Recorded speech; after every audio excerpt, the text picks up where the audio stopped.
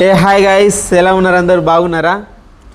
అయితే మన తెలంగాణ ప్రభుత్వం రీసెంట్గా జెడ్పీటీసీ ఎంపీటీసీ స్థానికల ఎన్నికల రిజర్వేషన్ల షెడ్యూల్ను జారీ చేసింది. అది మనకు తెలిసిన విషయమే.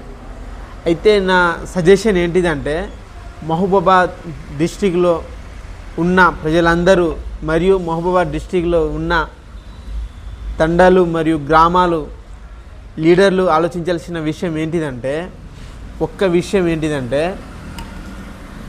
ఎమ్మెల్యే ఎలక్షన్ అయినా సరే, ఎంపీ ఎలక్షన్ అయినా సరే, ఆయా లీడర్లు ఆయా ప్రభుత్వాల పార్టీలను గెలిపించుకోవడానికి కృషి చేస్తారు. కానీ ఈ జెడ్పీటీసీ, ఎంపీటీసీ మరియు సర్పంచ్ ఎన్నికలను మాత్రము మీ ఊరు డెవలప్ అయ్యే విధంగా ప్రతి ఒక్క పార్టీలైనా సరే మీరు అందరు కలిసికట్టుగా ఉండి ఒక నాయకుడిని ఎన్నుకోండి.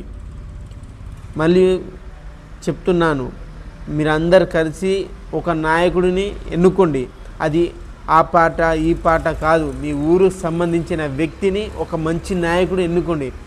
ఎందుకంటే ఆ పార్టీ ఈ పార్టీ అని చూస్తే ఓట్లు అని చీల్చిపోయి మీలో నుంచి ఒక మంచి నాయకుడు బయటికి రాడండి.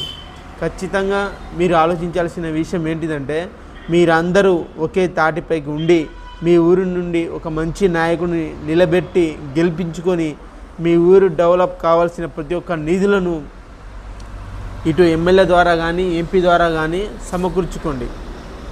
ఆ పార్టీ ఈ పార్టీ అని కానీ, ఈ స్థానిక ఎన్నికలు మన గ్రామాలు మన ఊరు గురించి కాబట్టి ఊరోళ్ళంతా ఏకమై ఒక నాయకుడు ఎన్నుకోండి. ఆ నాయకుడు ద్వారా మన ఊరిని డెవలప్ చేసుకుందాం.